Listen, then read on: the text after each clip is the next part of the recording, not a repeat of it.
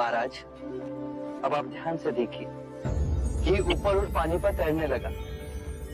अब बताइए, मेरे या किसी और के पूजा पाठ करने से क्या ये घी नीचे बैठ सकता है? असंभव।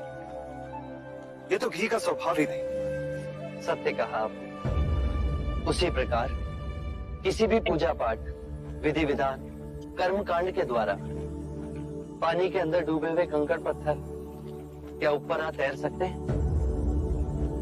नहीं बुद्ध, ये तो प्रकृति के नियम के विरुद्ध है। तो हम प्रकृति से भिन्न कैसे हुए?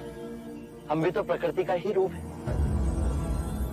सत्य कहा बुद्ध। एक सत्य यह भी है राजन, यदि हमारे पूर्वजों ने अपने जीवन काल में कंकड़ पत्थर बोए, दुष्कर्म किए, तो वो स्वाभाविक ही कंकड़ पत्थर की तरह नीचे बैठ जाएंगे। और यदि उन्होंने अपने जीवन काल में सत्कर्म किए, तो स्वाभाविक ही घी की तरह ऊपर आ तैरने लगेंगे।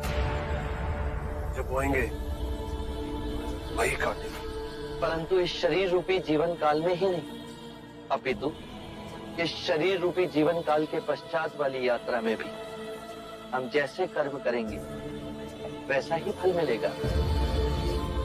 अब बताइए, इस प्रकृति के नियम को कोई पूजा पाठ, कर्म कांड, विधि विधान, यज्ञ हवन मिटा सकता है? राजा, मैं भी इसको नहीं बदल सकता। केवल अच्छे कर्म ही मनुष्य की मुक्ति का द्वार खोलेंगे।